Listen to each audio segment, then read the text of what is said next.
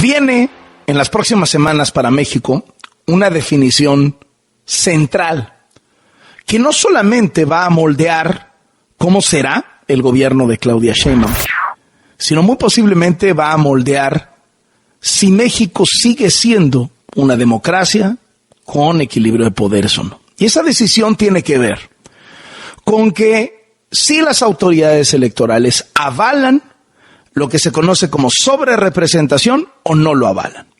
¿En qué consiste la sobrerepresentación? Que le están dando a Morena mayoría calificada, un número de asientos en el Congreso que le permite modificar la Constitución, cuando en las urnas no obtuvo ese porcentaje de votos ni cerca. Están inflando los votos de Morena, del PT y del Verde con una fórmula matemática y le están quitando votos a la oposición, al PRI, al PAN, incluso al Movimiento Ciudadano, etcétera, etcétera. Esto que se conoce como sobrerepresentación es el gran tema, porque hoy lo que está diciendo Morena es, oigan, ustedes aceptaron jugar con estas reglas. Estas eran las reglas del juego, no las impugnaron, no dijeron absolutamente nada. Y ahora, cuando esta fórmula matemática arroja estos resultados, pues resulta que siempre no les gusta.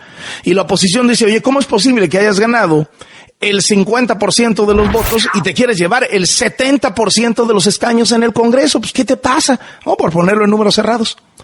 Uno de los hombres que más sabe de esto y que ha escrito muchísimo, particularmente desde que se dio el resultado electoral en junio, ha sido el maestro José Woldenberg. José Woldenberg fue el presidente del primer Instituto Nacional Electoral, el IFE, ciudadano. Maestro Woldenberg, qué gusto saludarle. ¿Cómo está? Muy buenas tardes.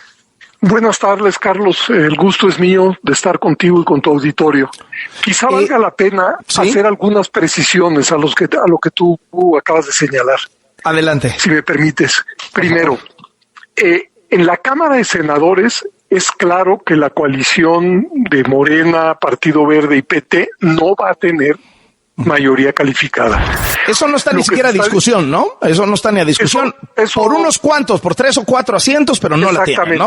Pero no la tendrá. Esa es la primera clave. Segundo, no es un problema de si existe o no sobrerepresentación. La Constitución sí permite que exista una sobrerepresentación hasta del 8%. ¿Qué quiere decir esto? Que un partido, que el partido mayoritario, puede tener hasta 8 puntos porcentuales más que el porcentaje de su votación. El problema es que lo que quieren y lo que están leyendo es que ahora la coalición gobernante puede tener casi 20 puntos por encima, lo cual a todas luces es violatorio, desde mi punto de vista, de lo que señala la Constitución. Porque la Constitución, con todas sus letras, dice lo siguiente, que no puede haber una sobrerepresentación mayor del 8%, y que ningún partido político puede tener más de 300 diputados, es decir, del 60% de la Cámara.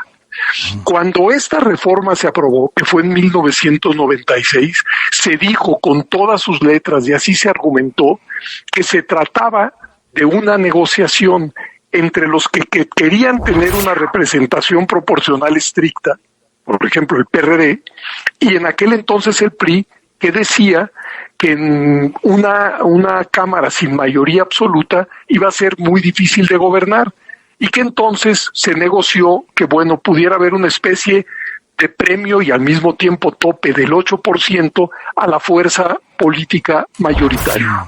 Y eso quedó en la Constitución. Incluso en esa misma reforma, en la ley se decía, los partidos serán considerados como coaliciones. Pero luego vino una reforma en el año 2007, donde esta parte de la ley se quitó, pero no se quitó, como ellos presumen, es más, ni eso dicen, para permitir esta sobrerepresentación. Se quitó por otra cosa, se quitó porque para entonces se llegó a la conclusión que era mejor que los partidos coaligados aparecieran en la boleta separados.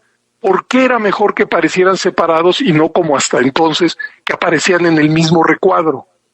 Porque de esa manera íbamos a poder saber cuántos votos había aportado a la coalición cada uno de los partidos, ¿no? Exactamente, y de esa manera incluso eventualmente podían perder su registro, como ya pasó en 2018, que el PS era parte de una coalición ganadora, pero por sí mismo no igual al 3%. Ese era el sentido de la norma.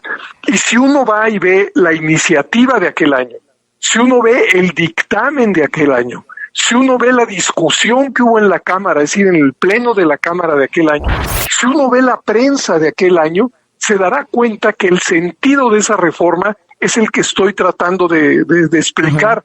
Y de ninguna manera era una reforma para sabotear el límite de representación que establece la Constitución.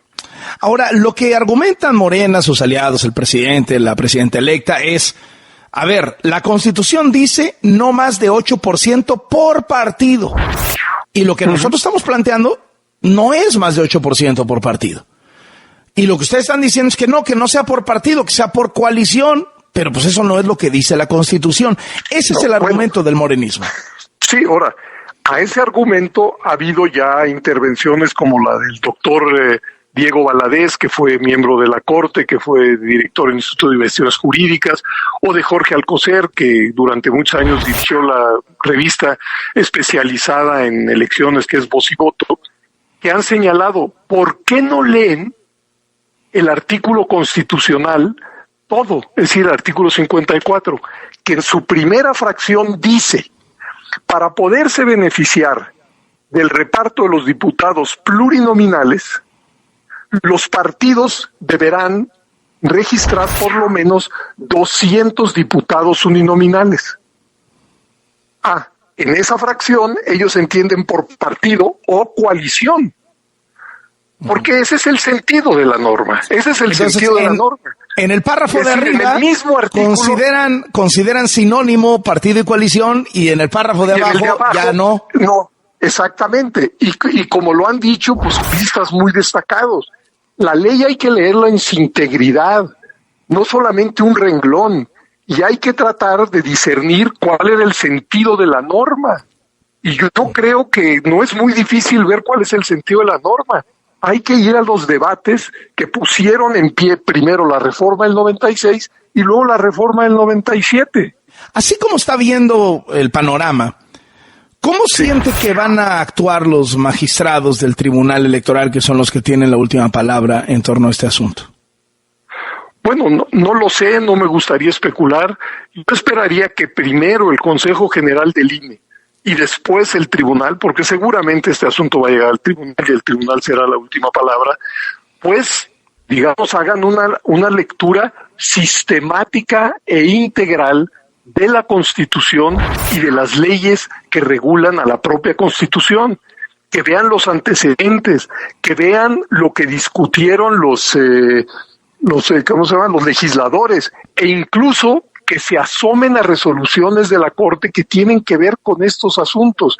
Es decir, hoy tiene esto una prioridad fundamental, pero tiene una historia, y yo creo que la historia pues es la que nos da luces para leer de la mejor manera las normas constitucionales y legales. ¿Se está jugando la democracia mexicana en esta decisión? Pues en parte sí. O sea, no me gusta pensar en términos de todo o nada, pero lo que sí me preocupa es la intención declarada de la actual administración de desmontar muchos de los eslabones que hacen posible la democracia en México. Por ejemplo, hay una iniciativa pues para prácticamente erosionar la independencia del Instituto Nacional Electoral. En esa misma iniciativa, para acabar con los plurinominales. Imagínense, si no existían los plurinominales, hoy con el 54% de los votos, la coalición gobernante tendría el 84% de los asientos.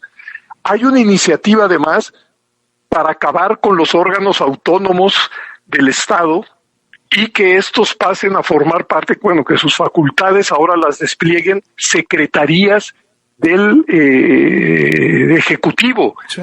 Hay otra iniciativa, como se ha discutido mucho, pues también para transformar al Poder Judicial y desde mi punto de vista queriéndolo alinear a la voluntad también del presidente de la República.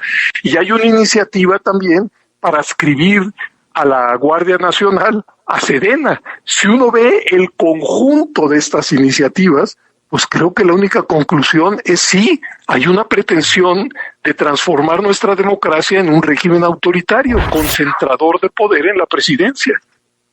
Maestro Woldenberg, le agradezco muchísimo estos minutos para W Radio. Qué gusto saludarle. El gusto es mío. Muchas gracias. Hasta luego. Hasta luego, José Woldenberg, quien fue el presidente del primer Instituto Electoral Ciudadano en nuestro país y es una voz autorizada de prestigio internacional para hablar de estos asuntos con las alertas que pone sobre la mesa.